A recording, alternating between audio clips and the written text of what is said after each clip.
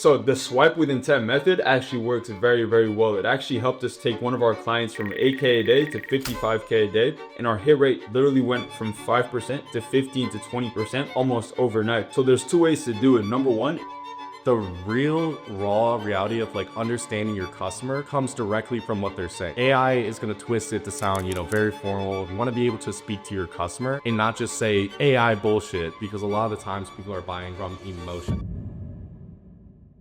Yo, what's up, y'all? I'm here with my boy Eamon. You might already know who I am, but just a little bit of context. My name's Sebastian. Been doing ecom for about 18 months now. Pretty much started out dropshipping, riffing from Calo, like as always done before, and was able to, find some success, but not really replicate the very first bit of it.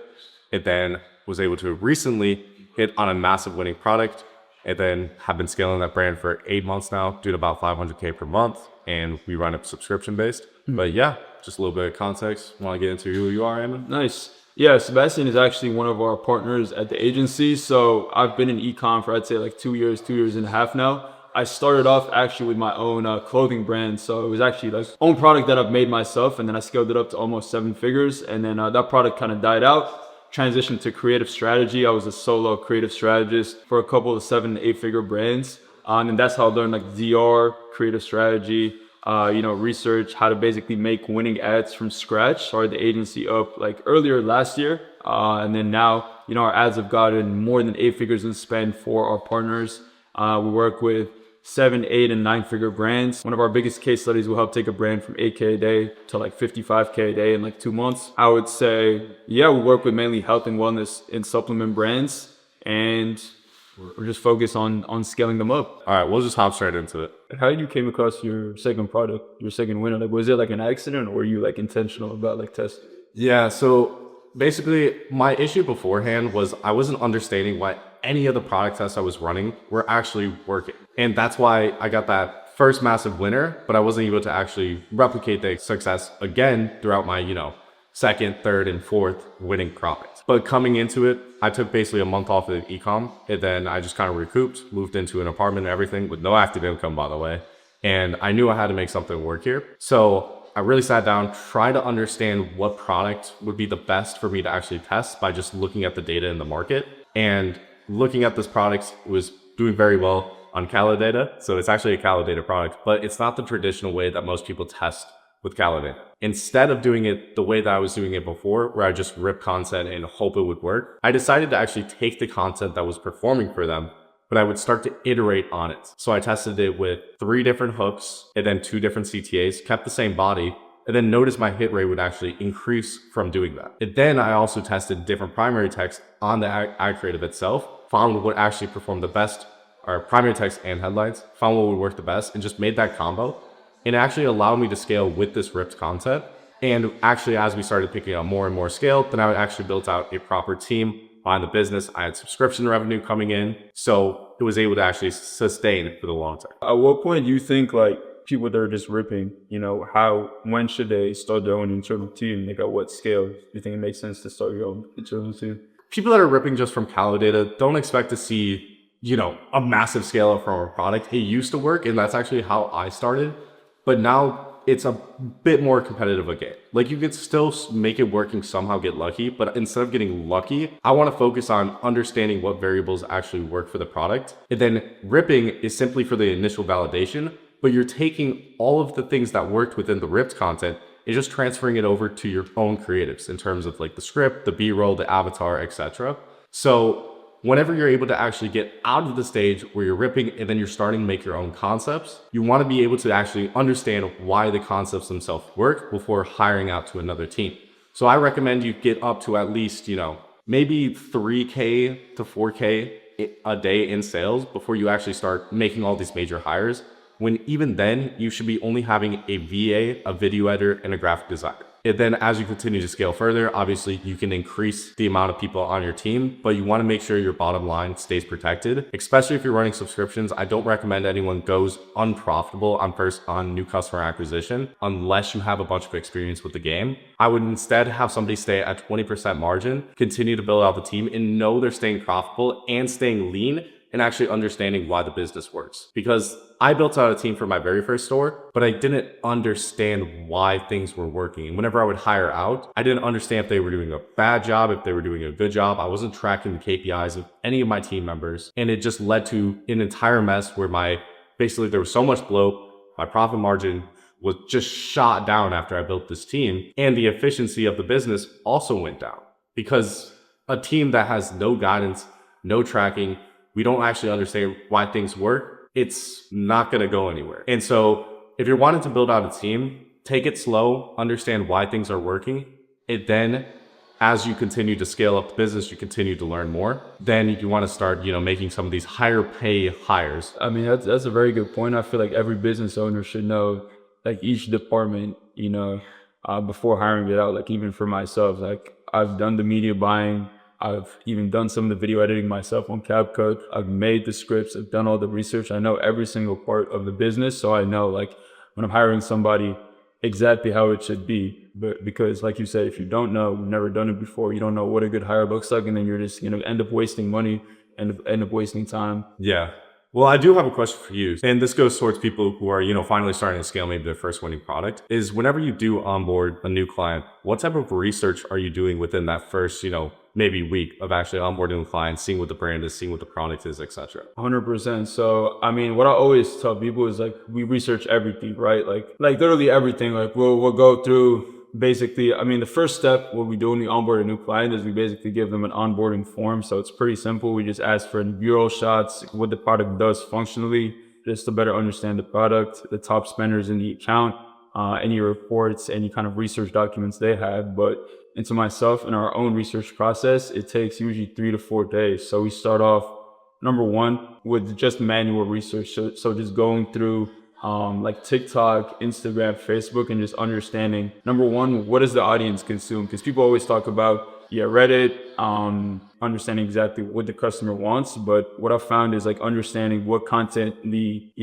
audience consumes organically. So say, for example, boomers, right? They consume, if you think about it logically, what do they consume? Like the news, they consume, content of authority figures. Like they look up to doctors, they look up to, people in that space. Whereas, someone who doesn't trust doctors, if you made an ad that had a doctor, they likely would not see that as an authority figure because that's something, they don't see as an authority figure. They don't look up to them. But in terms of our research, we go very in depth into like Reddit. We look through the threads and we actually analyze like the top liked thread. And then we see, what are the top objections? What are the top pain points? What are the common slang that people use and tonality and like verbiage that people use in these comments so that we can extract them and then use them in our language for the ads. Also, YouTube comments is very underrated as well, because especially if you have like a supplement or like a health product, these doctors will make like long form videos and you can actually understand the mechanism and exactly like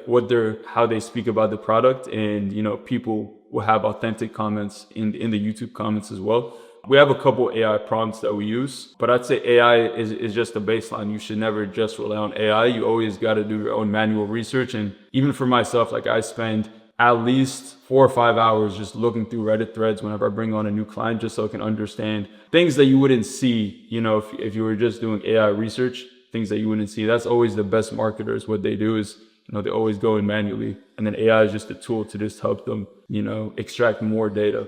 I would say AI is good for data analysis. So if you have like a post-purchase survey, or if you have a bunch of data from your customers, like reviews, it's good for, going through your reviews and finding out, for example, like common things that people say, common pain points. Yeah, I feel like there's so many people are way too reliant on AI for doing everything. And I know AI is obviously a trend, but the real raw reality of like understanding your customer comes directly from what they're saying. AI is going to twist it to sound, very formal and structure it very well. But you're not going to understand like kind of those more minute details of like even the way that people say something. And that's honestly what's most important. You want to be able to speak to your customer and not just say, some AI bullshit where you're making it sound like, very scientific, very logical, because a lot of the times people are buying from emotion. Yeah, like even for a recent client that we brought on, like we read into Reddit and then we found a specific verbiage that people were saying, my legs feel heavy. Instead of saying my legs feel heavy, we found that they were saying my legs feel like sandbags. So that's like a common, word that we were seeing people saying. Or for example, people with brain fog, they say, I feel like my brain is running through mud. So just by saying like those specific sentences, it just resonates so much more with the customer. And what I found also is going like very, very in depth in niche into like specific customer pain points. Just as an example, say there's somebody who is dealing with weight loss, right? And then they went through a bunch of different health conditions. They had maybe diabetes, they had other health conditions, and then they went to the hospital. They tried all of these different solutions, and then you kind of hear about their story. Say they made like, a 3-page story about it, all the things they've tried. And then you look at what that particular customer is saying. Some people may think, okay, if I extract the data from this customer, it's going to be very, very niche, and it's not going to appeal to like the wider market, right? Mm-hmm. But the thing is with marketing is people look at the perceived likelihood of the transformation. So say, for example, someone who is, 400, 500 pounds, and they were dealing with diabetes and all the health disorders. And, they had mental issues, and they took this product and, they went from 400 pounds to, 180. And someone who's just a regular person, works a job, doesn't have any of these conditions before, that is just trying to lose, maybe like get a bit leaner, lose a bit of their gut. They're going to look at that. They're going to be like, if this person can lose, 220 pounds, then I can lose like 20 pounds, right? I can just get a bit leaner. So I think people should definitely look at specific avatars and very niche down, and instead of just relying on just general avatars and just general pain points for that specific market. Okay, then so after you've done all this research, you understand how to speak to your customer, you understand who your customer is, and you also understand what they watch organically. Mm-hmm. What is kind of that first step into actually creating the concepts for themselves? Are you looking at direct competitors selling the exact same product? Are you looking at indirect competitors that are in the same niche? What does that process kind of look like? So I'd say the first thing I do whenever I'm looking at different brands, right, in that niche and that specific pain point, is I would go to Atria or I would go to Foreplay, and then I would type in the specific pain points. So say, for example, our product, is for menopausal women, right? So I would go to Atria, I would type in menopause, I would type in keywords related to menopause, right? So for example, say PCOS, I would type in,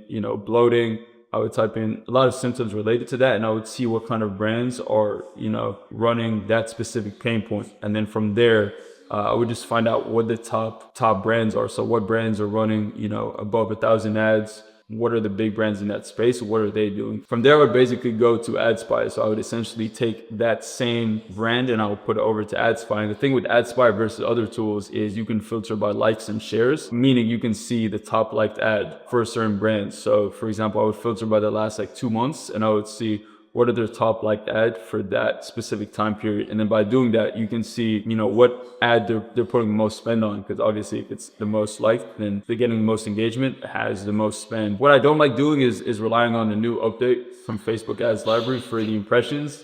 Yeah, you're smiling because actually what we did is, we made a separate engagement campaign. For anyone who doesn't know, if you have an engagement campaign, you're going to get a lot lower CPMs. So, we basically, what we did was we took our worst performing ads and then we put a lot of spend on them. So if you go to the ads library, you can't tell what our top winners are. We spent $25 and that had more impressions than most of the ad accounts. So can't really spawn me with that one. If you're looking at us, you're gonna have a hard time. So if you're a creative strategist, I would say not to rely on that, because I know a lot of brands that are doing that right now. But the way that you can find out, for example, the top angle for a brand is if you go to Ads Library or you go to AdSpy, and then you see, for example, if there's an angle or a hook that they are iterating and making multiple variations of it, then you can be like, okay, there's a lot of ads with this specific angle, then this is clearly working for them. That's what I like to do, is look at the avatar and the angle that they're running, and if they're running multiple of it, then it's proven. Okay, so you're looking at common variables between the ad account, even if it's a different format of the ad. If they're still saying the same thing and speaking to the same person, that's something you take note of. Yeah, and one thing I also do is I look at the mechanism, because certain brands, they have completely different angles for the same exact mechanism, for the same exact product. So I'll go to competitors and I go to their Amazon listing and say, for example, like you have a product for, bloating, but that product will solve a completely different pain point. Like say, for example, say lymphatic drainage or something like that. It'll be a completely different pain point. So I look at like their Amazon reviews and I see what is like an untapped avatar that I could, tap into that they are scaling with. You basically consolidated all this information. You see what other competitors are doing. So what are you doing to actually create, maybe some of those first concepts to start testing? It depends on the brand, how big they are, what scale they're at. I mean, we personally don't onboard any brands that are spending less than 150K a month. But I would essentially take a look at the ad account. I would see like what angles are you guys running? What are the top spenders? And then from there, I would essentially do a split of like 70% new concepts, 30% iterations. So I would take, for example, your top spenders, and I would figure out what the exact avatar is and what made that ad work. And then I would essentially do different formats and different proven structures, because the structure is like one of the most important parts to a winning ad. Like I would say, for example, there's a couple of proven structures that I've tested across multiple ad accounts that 9 times out of 10 always perform. For example, 30-day transformation angle. Like week 1, this is what happens when you take this product. Week 2, week 4, that is a structure that I've found is performed across a lot of multiple ad accounts. So what I would do is take that same avatar, use different structures that make sense for that specific avatar. And then from then I would create, new concepts, different angles, because ultimately the scale is going to come from, new untouched angles and new avatars that haven't been seen in the ad account before. Yeah, and that's one thing that like I see from a bunch of people is they want to just pigeonhole themselves in iterations. So their ad account split is completely skewed. Now, obviously, if you get a new concept and then you start to actually see that it's performing, you want to make iterations on that, and your skew should probably, shift a little bit to 40% iterations, 60% new concepts, because you already have something that's working. Just start to iterate on it.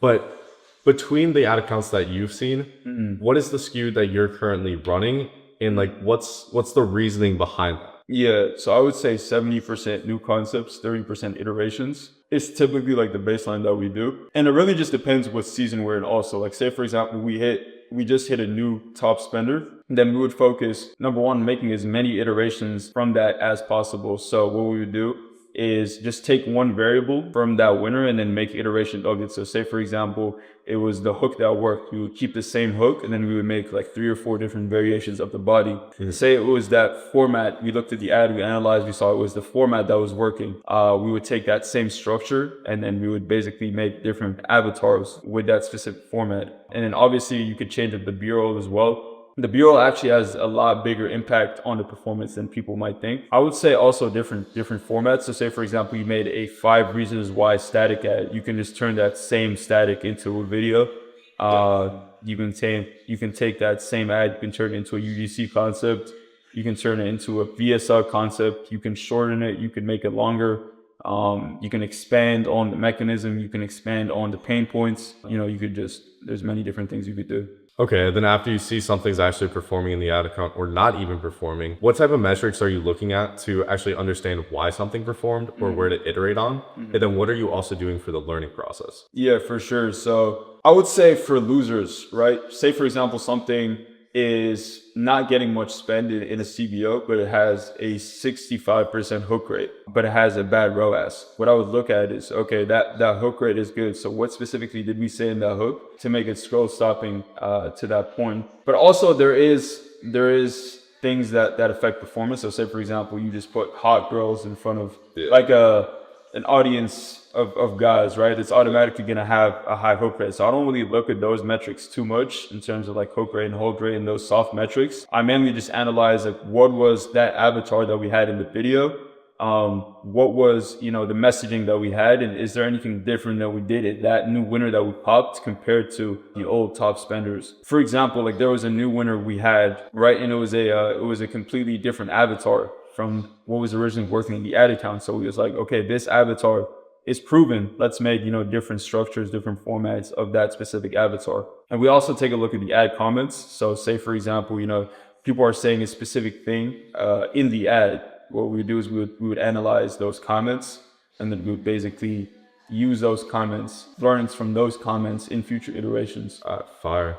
All right, so another question that I'm actually really curious about is, let's say that you crack a new angle on the top of funnel. So it's a very informative creative in actually bringing in new customers in the business. What are you doing to build out the entire funnel? So you have top of funnel, middle of funnel, and bottom of funnel. Yeah, 100%. So even for yourself, we had a couple months ago, we had a top spender, and it was actually like a retargeted promo ad. Like all we said was just buy two, get one free. And that was actually one of our top spenders for a while.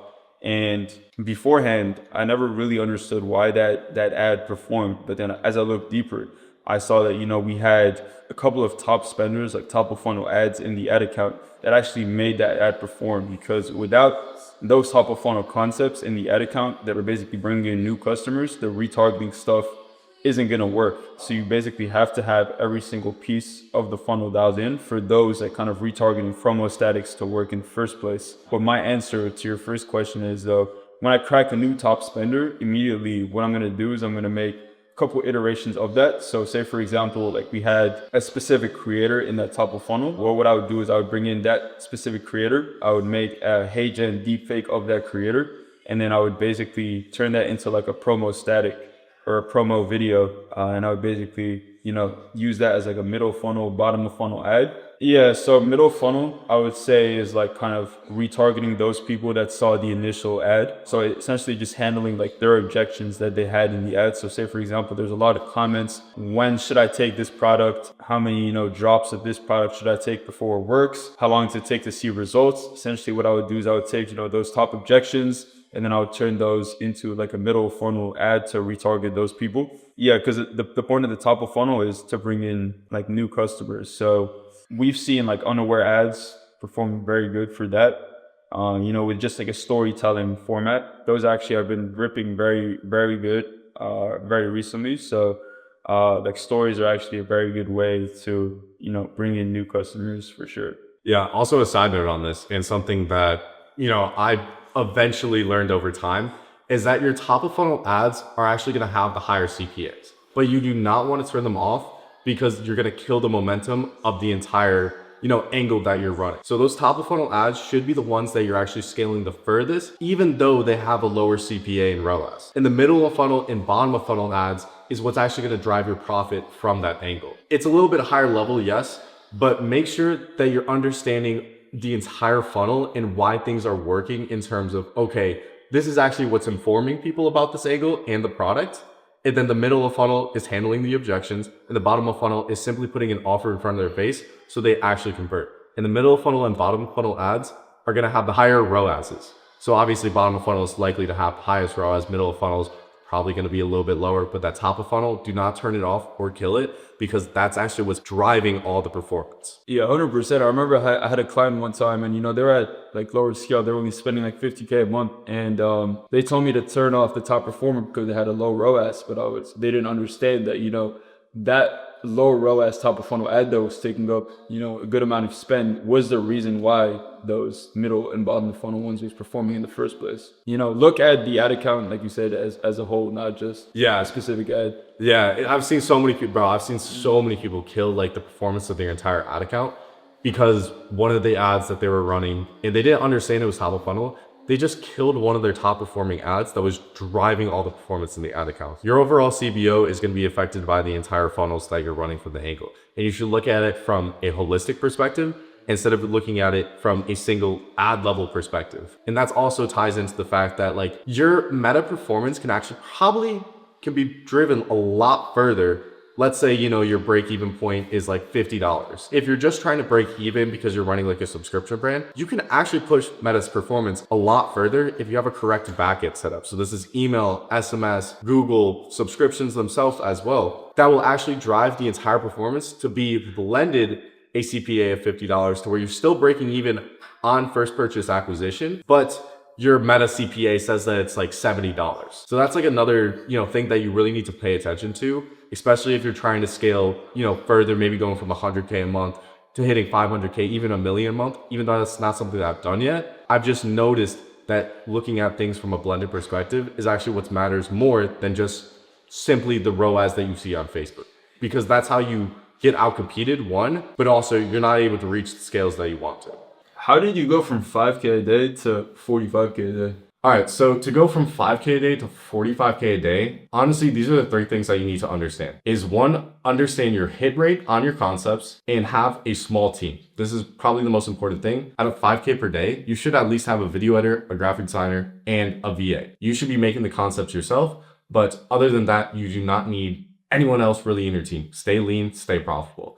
And then two, you want to understand the subscription take rate and your offer AOV. And these matter the most because if you have a low subscription take rate on a subscription-based store, if you just increase that by changing your offer structure, maybe changing the offer itself, etc., then you're going to be able to increase the LTV of your customer so much more. And if you have those same customers buying for more, then you're also going to increase the margin on your subscriptions. But one thing I do want to mention is do not trade a higher AOV for a lower conversion rate. You have to find the middle ground here where people are actually coming into the subscription program and purchasing at, a good enough AOV to where you're not actually losing money on a long-term LTV of those customers. Because if somebody buys for a little bit less, but they actually, get to the second rebuild, then you're going to end up making more money. Now, that's a game of split testing. And then three, you also want to start implementing Google, email, and SMS. Email and SMS should be bringing bare minimum 20% extra of your revenue. So if you're running at 100K per month, 20K should be coming from email and SMS. And then Google, you can scale Google with cold traffic, but likely at this stage, you're not really going into that. You're just retargeting customers and giving customers from Facebook another touch point. So I'm curious because I heard this from you. Yeah. What is this new method, the swipe with intent method? So the swipe with intent method actually works very, very well. It actually helped us take one of our clients from 8K a day to 55K a day. And our hit rate literally went from 5% to 15 to 20% almost overnight. So there's two ways to do it. Number one is the awareness level swipe. And number two is the same mechanism swipe. So say, for example, you're selling in a very saturated market like back pain or weight loss, right? And say, for example, you have a product for bed bugs and it's a very, saturated market. What I would do is I would look at what these top people are doing in that market. And I would basically take that same structure and then I'll apply it to your brand. So say, for example, this back pain brand said the fastest way to eliminate sciatica in 24 hours. What I would say for my bed bug brand is I would say the fastest way to eliminate bed bugs in 24 hours, since it's a very, solution aware heavy stay market. And that has worked very well. Number two, I would say is the same mechanism swipe. So say, for example, you're selling in a brand that sells the exact same mechanism as you. So say, for example, GLP-1s, like a weight loss natural, product. What I would do is I would take that same exact mechanism, but I would just change up the avatar. So say, for example, from bloated dads, I would change it to bloated mothers. And then just keep the same mechanism. Because the thing is, if you're trying to swipe the same exact ads in your market, that market has already seen that ad many times. So it's not going to hit the same as if you just change the angle or you change the structure. Yeah. All right. Something I am curious about is what are you using in terms of like AI to actually create the concepts? Now, we did talk about before that the research portion, you do want to actually do a lot of that manually. And then AI is more for just like aggregating overall data. But in terms of taking all of that data that we learned, from manual research, from AI actually breaking down, like certain points within that, what are you using to create the concepts? Yeah, so I use AI mostly as like a base for like the actual structure. So what I would do is if I find a winning structure that I want to go with, I would just put that into Claude and then take the same pain points, the mechanism, sophistication level, problem mechanism, solution mechanism, and I would use that structure as a baseline. And that's a very good baseline to just start off with, especially if you have very limited experience in TR or scripting. And then from there, you can change up, the wording, you can change up the way the offer is presented, you can change up the storyline, whatever it may be. In terms of like for our editors, because AI slop ads are performing very well right now, I would say we use a couple tools. So we use HeyGen for avatars. We use Higgsfield for B-roll generation, Kling AI. We use Vio, we use Sora, and we also use 11 Labs. We use the new Avatar 4 in HeyGen is printing right now because it just looks super realistic. You can clone people like almost, you can't even tell that it's AI sometimes. Like we even have in some ads, we have people cutting up vegetables in the ads to make it look just super realistic. You can't even tell that it's AI. Yeah. All right. So let's say you had to only pick 3 AI tools to use for your entire creative strategy. What would you use? That's going to be tough. I would say number 1, Claude for scripting and research. I would say number two, HeyGen for video ad generation. And I would say number three, Gemini for analyzing ads and doing learnings on ads and analyzing the visuals. Wow, I would actually not expect Gemini. Would you not want to bring it back into Claude? Gemini is very good for analyzing the videos and analyzing the B-roll shots. Claude is better for analyzing the copy, I would say. Okay. Yeah, that's actually not something I thought about.